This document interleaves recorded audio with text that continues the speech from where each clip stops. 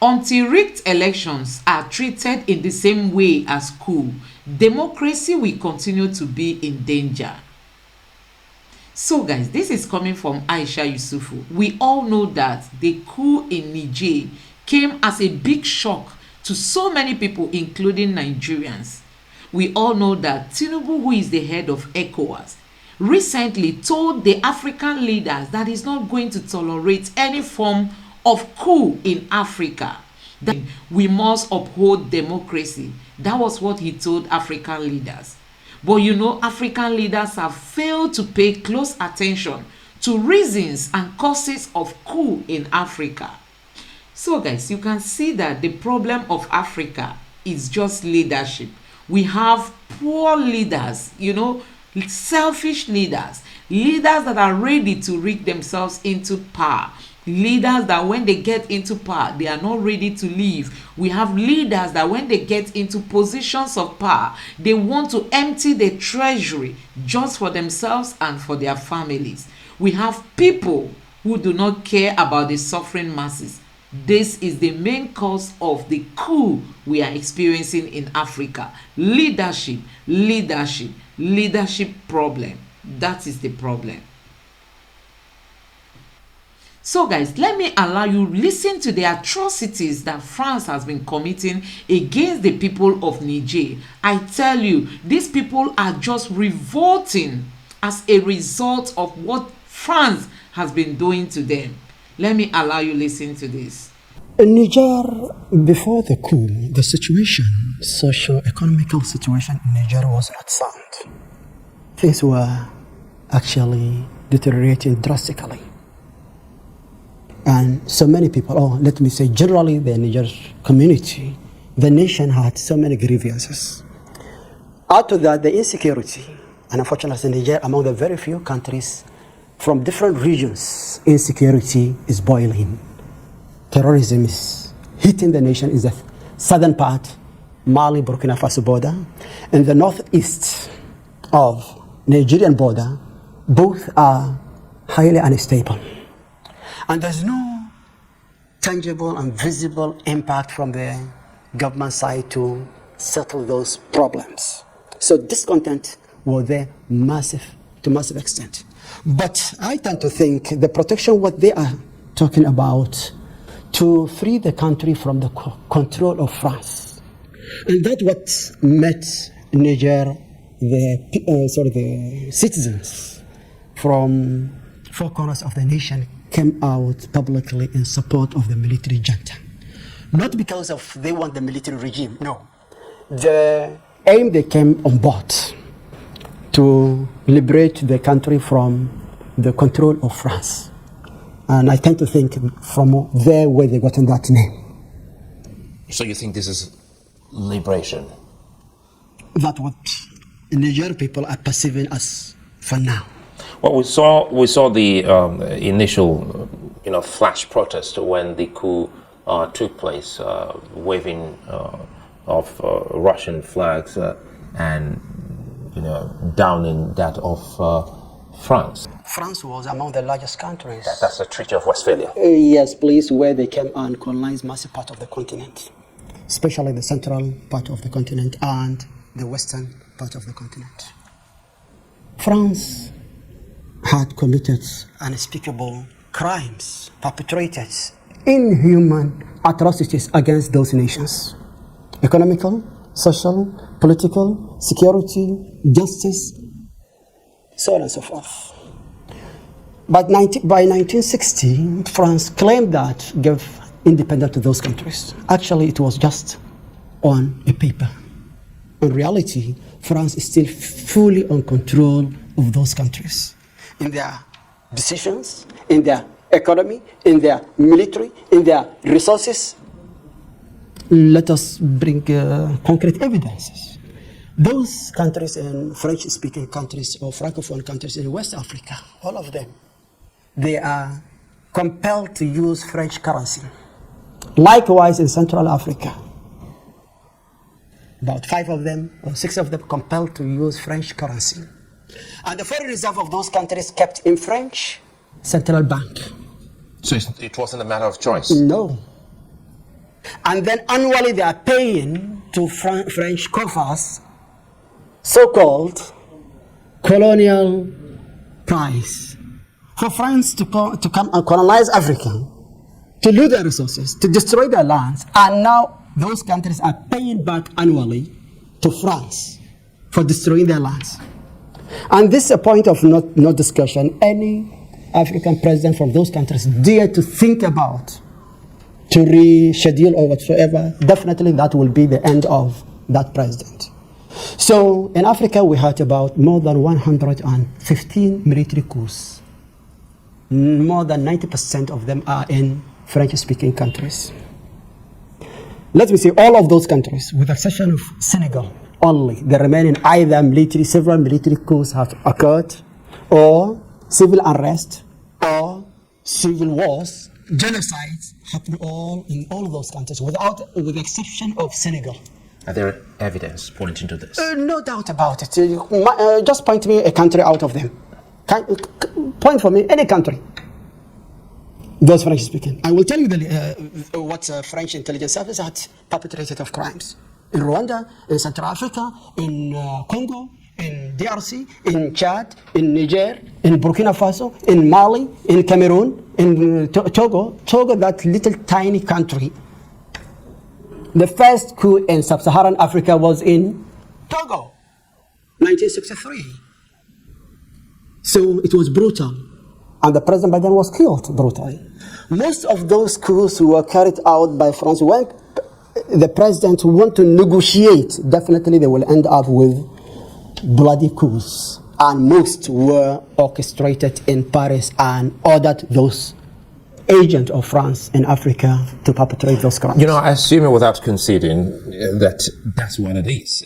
But again, they still also use the natives, the citizens of those countries. So how is it that the overwhelming majority are not aware of this kind of incursion by its former colonial masters to see that the fight against being used for such usurpation of power? Thank you so much for this key question.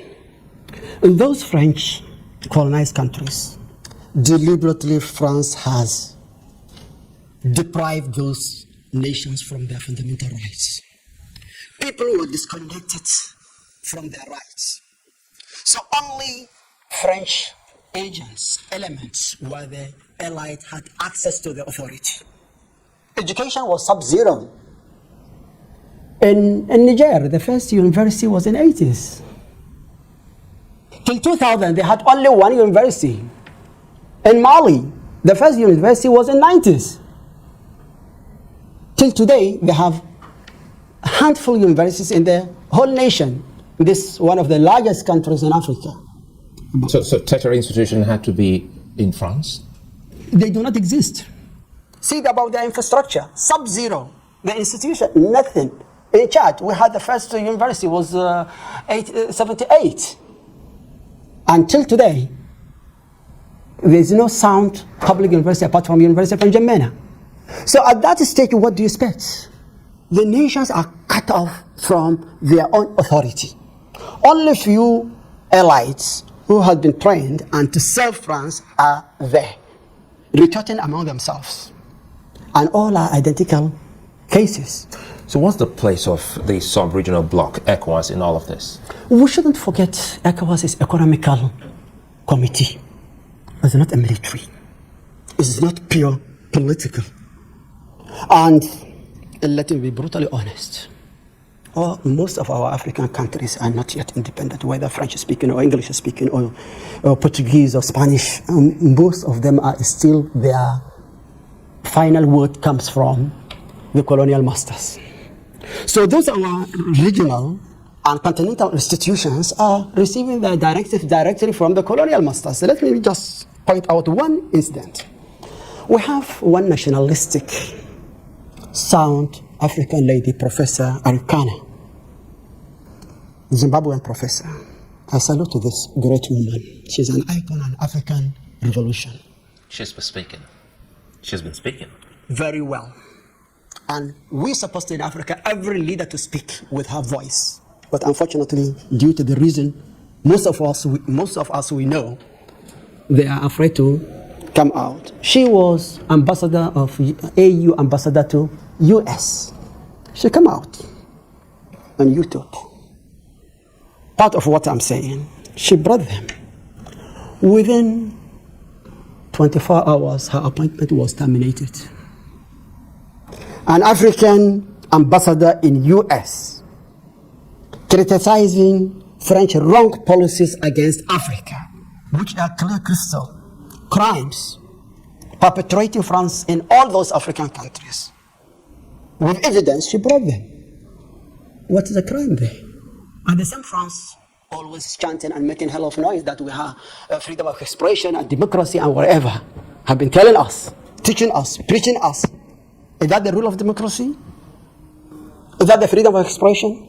So those our institutions still they are getting massive part of their fund from the colonial masters. The person who pays you definitely will order you. That's exactly what is happening.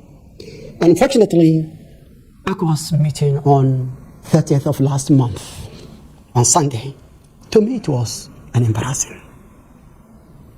Let me take the chain of the events. The coup was on Wednesday, 26th of June. On Saturday, 29th, French Defense Council met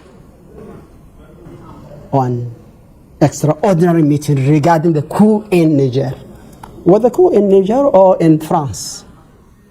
If it was in France, I don't know what the business of French Defense Council to call for extraordinary meeting. Now they met, they discussed. The moment they finished, they made their connection or communication. ECOWAS had summoned for the leaders to come to Abuja in less than 24 hours. Most of the African or West African members of the ECOWAS state president were in Russia, in St. Petersburg, having meeting with Putin. So those ones who were close to France, who have refused to go to Russia, they came to Abuja. And they brought, this was unprecedented. ECOWAS is a community of the neighboring countries. So are you implying that that meeting was at the instance of France, the ECOWAS meeting that held in Abuja? Undoubtedly. If you ask me, that is my opinion. That's not the problem. The meeting took place and everything it seems like was already made. In ECOWAS charter, ECOWAS is an economical development committee. There's no single article that states ECOWAS should intervene militarily in a member state. I salute the Nigerian lawmakers, the great Nigerian Senate. They oppose it. The lawmakers could not violate the law. Yes, we should not support the military coup. We need the rule of law. We need real democracy. What we have in Africa is not a democracy. It's piracy, massively.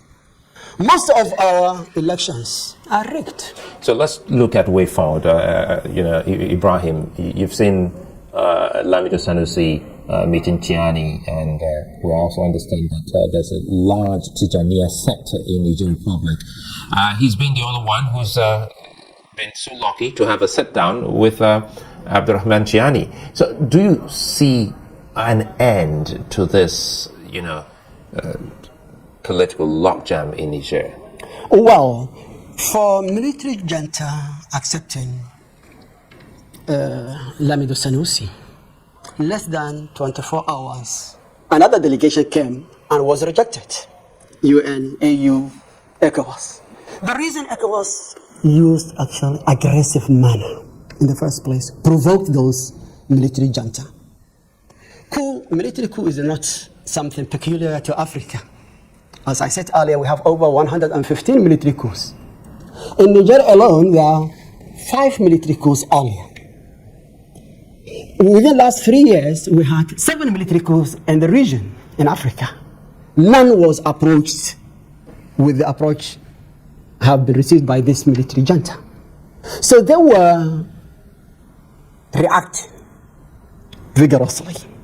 They came to the stage. Now, things we hope will come down. Dialogue is the best solution. And there's a meeting here in Abuja tomorrow that will be presided over by the ECOWAS chairman, Nigeria's President Bola Tinubu. And again, the US has said that, well, it's still hopeful that something just might happen. And again, if that does happen, if Bazoum is reinstated, what do you think will happen to the coup leaders? Knowing full well by the laws of Niger, if you attempt a coup, the penalty is death. Well, we shouldn't jump to conclusion. That's jumping to conclusion already. Yes, let us wait for the meeting of ECOWAS tomorrow. But anyway, things are now taking better dimension. For all state president to come back is not regular. Within 115 coups, military coups occurred in Africa, only one state president came back. That was Gabonese president Léon Mba, back to 1964. He was ousted by military coup and brought back by French special forces, intervened and brought him back to the office, remained till he died. Otherwise, we don't have any other case. So for Bazoum to come back is going to be, I don't think it will going to be so easy. But what we want, let us take the case of Mali, which happened just 2 years back, or 3 years maximum, or the one of neighboring Burkina Faso. ECOWAS and the other mediators should give terms to the military junta. Let the rule of the constitution and the democracy should come back. For them to be transitional and with limited terms to organize free and fair election. One funny about it, 2010 there was a military coup in Niger. And French government by then was supporting that military coup. Bazoum, the current president, the ex-president, he was a lawmaker, he was a parliamentarian, he was on the street, chanting, shouting, supporting the military coup 2010. So now things has taken another dimension. Anyway, we hope for peace. This ultimatum, threatening, given tough condition, military intervention will never come with a solution. We are satisfied. Our region became war zones. Speaking of war zones, let's close on that, because just recently we saw countries going into war against itself, Ethiopia and the Tigray people. That wasn't good, and that is why many Nigerians are saying, looking at the 7 states that border Nigeria, should anything go on towards then it will be likened to what has happened in Ethiopia and the Tigrayans. So what do you think will be the resolution? You say you don't want to jump into conclusion. This is not about conclusion. If all else fails and is still pointing to military action, what will this mean for the ECOWAS region? Well, we pray should not be so. Military intervention, no foreign military intervention come with good result, apart from destruction. And now with the ultimatum, we have seen now ECOWAS itself in danger. Mali, Burkina Faso, Guinea, members, they declared any military intervention in Niger is a war declaration against them.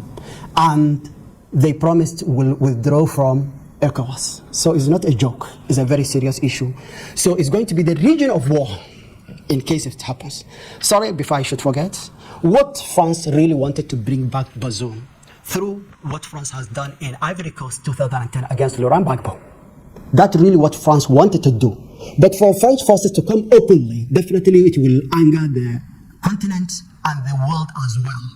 For that, France wanted to use some agents here and there just to cover them, and the French forces, 1,500 personnel are in Niger today, and over 7 military bases are there. All Niger airports are controlled by French army. And as you run away from France, shouldn't you also be wary of running into the wide open arms of the Russians? Well, first of all, I'm against any occupation. We want to be free. And our destiny should be in our hands as African nations. To run from colonization and fall into another colonization definitely is not a solution. But a message to France and Co. Let them be ashamed of themselves. What will make it legal for them to come and intervene in Africa and will make a crime for Russia to be present? For what? Let us be objective. Anyway, Russia, Mali, Burkina Faso, the recourse for Russia, if Russia was not brought to Wagner Group, definitely military intervention by French forces we have witnessed in Mali. That. Until rigged elections are treated the same way as coup, democracy will continue to be in danger. In Africa, we have leaders that sell their masses and even the resources of the country they govern to the Western world because they want to remain on the begging side. African leaders are not ready for liberation, and that has ended up keeping up Africa, and that has ended up keeping Africa in poverty. The people have woken up. The people are revolting. So guys, you can see that the problem of Africa is just leadership. We have poor leaders, selfish leaders, leaders that are ready to rig themselves into power, leaders that when they get into power, they are not ready to leave. We have leaders that when they get into positions of power, they want to empty the treasury just for themselves and for their families. We have people who do not care about the suffering masses. This is the main cause of the coup we are experiencing in Africa. Leadership problem. That is the problem. They rather prefer to sell their people and the resources of Africa to the Western world